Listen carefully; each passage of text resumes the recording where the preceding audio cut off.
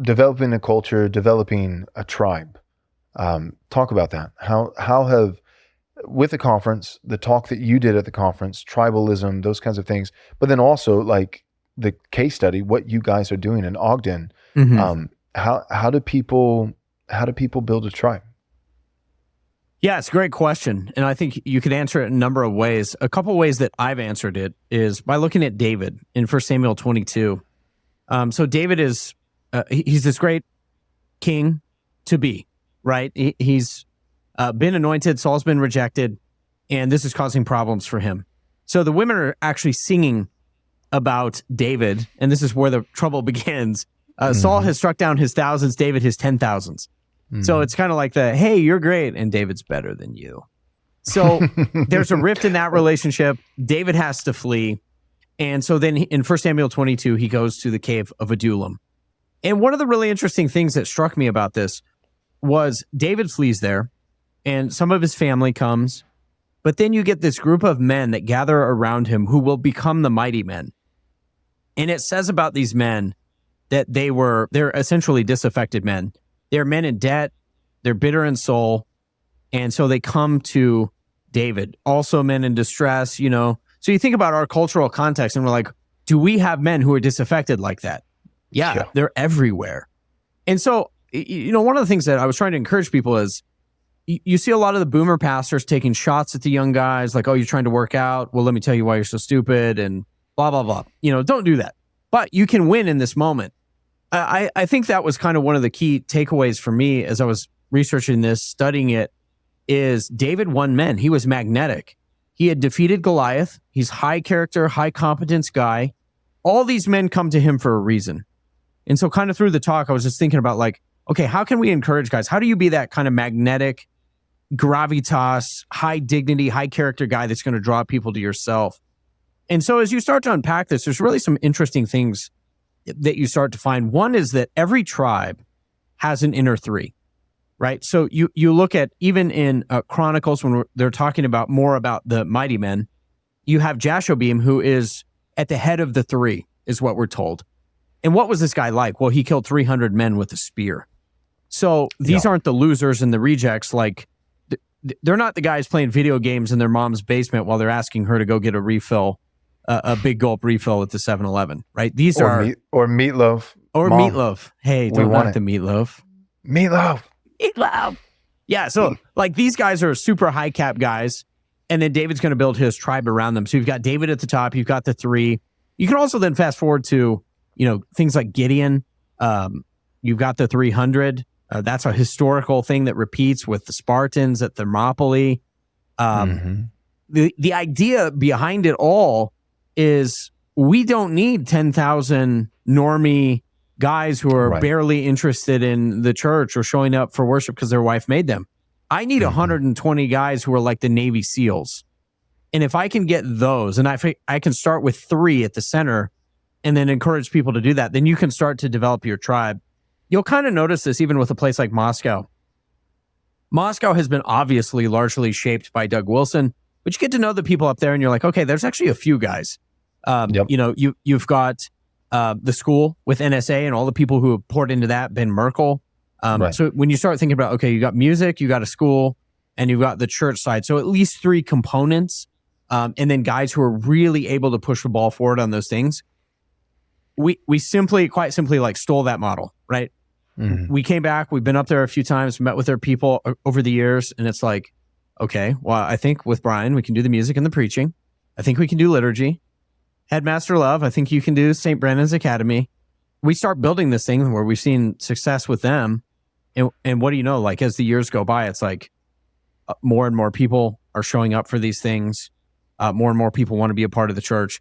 But it all goes back to this core of friends, which I think we were talking about this offline, but this really becomes the central thing that is kind of strange in all of it. At the heart of it all is like me, Dan, and Brian, we're actually friends. We have the same mission, core principles, high character, high competence, but we're friends. That's it. Just stopping right there. I was hanging on every word. I thought there was going to be more. Yes. Oh, there's more. There's more, Joel. No, that's good. Yeah. having a real friendship. We were talking offline, and so I'll say a couple of things, a repeat for you. Yeah. For everybody else, it'll be new information to them. But one thing that I've learned is, obviously you need trust, a high degree of trust, and trust comes through friendship. It does. That's one way to acquire trust is profound friendship, relationship, love, brotherly love for one another. Another way, though, to acquire trust, this isn't sufficient on its own. So don't hear me wrong. I'm not saying that this is enough, but it matters. It does matter. Is you can have two guys who are best friends and lock them in a dungeon and give them one meal a week. And they could be really great friends when they enter that dungeon. 10-year friendship. And, after 6 months, there's only one meal per week. They're starving, they might start fighting. And eventually one of them might kill the other dude and eat his meal and maybe eat him too, right? Like my point is that like depravity runs deep. And when resources are scarce, a lot of times, and I'm not saying this is a Christian, I'm not saying it's a virtue, I'm not saying it's right. I think it's sin. So I'll name it for what it is. I think it's sin. But a lot of times we start looking out for numero uno. We are not caring for the affairs of others, because there's there's scarcity. And what I've noticed is, and I think there was a lot of this in the church planting movement, and I was a part of this because I was in Acts 29 and hook, line, and sinker bought into the, the whole church planting, I believe in church planting. But I think, man, we spread ourselves too thin, right? Mm-hmm. Like we thought like we're going to, make a difference by having, 10,000 churches of 40 people with lead pastors who maybe could be a lay elder, and lay elders who maybe could be a deacon, and deacons who maybe could be a church member, and are probably women, and not even holding to a male diaconate. And so anyway, so all that being said, deacon means you're the lead attendant of the parking lot team, and so like we had bad ecclesiology, that's part of it, but also we just we lowered all the standards, like at every level, every position came down a rung or two, because that's what you got to do when you're spreading thin. And I've noticed, and I don't think it's a coincidence, in God's providence and timing, that right off, on the heels of the church planting movement and a lot of guys being disenchanted by that, you've got what's shining through now and is finally getting some of the notoriety that it deserved all along. But now people are like, yeah, I'm a fan. 5 years ago, nobody, most of the guys who like Doug Wilson now did not like him 5 years ago. No. And so, but now everybody's a fan. And part of it's because of his courage and, all these kinds of things, his even keel, disposition in the midst of chaos. He just, just straight ahead, he's not dissuaded by criticism, all this kind of, but part of it also is what you said earlier. It's the culture, it's the team, it's the camaraderie. It's like, yeah, Doug is, he's the father figure there. He's the patriarch. There's no doubt about that, but it's not just Doug, right? Mm-hmm. I mean, you've got an all-star cast that keeps building because it's just sucking in more guys into its orbit. It's, it's like Jared Longshore, and then it's Joe Rigney, and then it's, some other Baptist, that's going to become Presbyterian, and so and so it's like, all these guys, and then you've got, Gabe Wrench and his brother, Aaron Wrench, and you've got, you've got a lot of guys, you got Chalk Knox, and so you've got this all-star team, and some of them were made, they were forged, right? Nobody knew their name for 10 years, and now we know them. But that was a long work that Doug was doing faithfully that made this rock star, shaped this rock star, this diamond out of the rough, and there was a lot of rough. Other guys were already diamonds. Joe Rigney isn't going to, to be discipled for 10 years by Doug Wilson before he has a public ministry. He's going with a public ministry day one, hitting the ground, on staff, hired. Same with Jared Longshore. And so my point is, you look at that, and then you look at you guys, so they're the OG guys, but then this new wave of guys who are following that model, Ogden, Utah, you guys doing a bang up job of taking that plan and just replicating it in your own way, in your own context. But we've gone from we've got a half decent guy who doesn't beat his wife, and he can preach, maybe a sermon. Let's send him out, in 3 months to church plant. We've gone from that to now it's like, we're like, no, let's actually see if we can fold in a little bit here. Let's take this guy who right now is like, he's in the trenches and he's solid, but he's, for whatever reason, it's not because he's a loser. He's actually solid. He's a mighty man, one of the three. But right now he's killing 300 with his spear alone. Why don't we get him over here with Eric and Brian and Dan, and we'll kill 3,000? Because it's not just like this guy can kill 300, he can kill 300, he can kill 300, and so combined we can kill 900. No, it's exponential. It's like combined we can kill like 3,000. And I think people are picking up on that and building teams right now, and I 100% affirm it. Yeah, you're absolutely right, Joel. It's a phenomenal point. And I think what's happened, so the 20th century was dominated.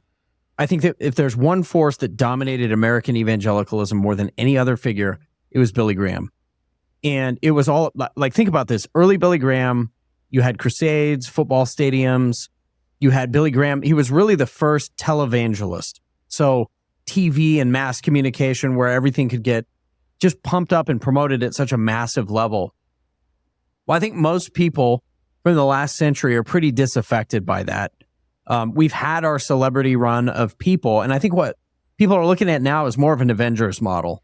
It's like, I don't need just one guy who's going to be really good, and he's going to be the guy, and he's going to surround himself with a lot of corporate yes men, managerial class, bureaucracy stuff. So typically what you see and have seen in evangelicalism, right? This was sort of the model, even with Young, Restless, and Reformed, was you would get one guy who was super, super talented, and then he would basically drive away every other talented person from him because he had to be the show, right? That was one of the things, like, we heard about Driscoll through all the Mars Hill stuff, was like, Mark was like, I am the brand. Well, okay, we all saw that. You know, we were young pastors in Acts 29 or wherever else while that was going on. And so I think there was a conscious effort, like for Dan, Brian, and I, where we said, no, we will never do that. It has to be about a team of men who are all high cap, high competency guys. One of the stories that I often tell to talk about, like, what is it like if you can get everybody to row in the right direction? We think about Michael Jordan when Phil Jackson got to the Bulls before they win their 6 championships. Michael was winning scoring titles, but they weren't winning championships. And Phil told him, he said, Michael, do you know why that is? You're really good, but when the playoffs come, they're just going to triple team you. He said, what you need to learn how to do is pass the ball to Scottie Pippen and John Paxson in the early years. And so once he started doing that, you couldn't double team Michael. You couldn't do that anymore because he was spreading the love. He was passing the rock, passing the glory. So that's one of the other features that we've had internal to the team, is just saying, you know, Brian is like, I'm happy for you to get glory, Dan, and for you, Eric, to get glory. It's not a fixed pie of glory. There's not like, you know, Brian needs to get his or nobody else gets theirs. But I also think it's that understanding, that core understanding. The book Tribal Leadership is really good on this. He talks about, there's a group of authors, but they talk about a level 3 tribe. Level 3 tribes will do some good stuff, but it's fundamentally a team of people who say, I'm great, right? They're all saying, I'm really good at what I do. We happen to be in the same building, but it's fundamentally about me making my bones, right? Well, then what is greatness, though, at the tribal level? What's a level, what they call a level 4 tribe? Level 4 tribe is, we're great. We have a unified mission. The things that we talk about here in Ogden, I want to be, you know, the greatest honor of my lifetime will be being buried next to Dan and Brian, you know, Lord willing. Like, that's my goal. Let's, you know, we say that all the time. Like, I want to be buried next to my brothers. It would be an honor, and we'll await the resurrection together. This kind of thing, though, is like, this is how you do something great. I think what people are realizing, once you get the vision for post-mill Christendom, right? Rebuilding Christendom, you start to realize, I can never even make a drop in that bucket if it's me pastoring on an island, no matter how successful I am. I have to build, this is what I think a lot of people are understanding, I have to build institutions. I have to equip other men. Like, it's going to have to be this grand work at a grand scale that Billy Graham can't do. He cannot do that by himself, this single individual guy. So that's the other encouragement that I try to tell people is, listen, there's a lot of really hyper-talented guys out there right now, and they're still doing the lone guy thing. And it's going to actually be hard for them to want to step away from that, because they're stepping away from money and power. But it's like, listen, if you learn anything from any of this, just realize like it's the core to 3 strands. Right now, you're one strand.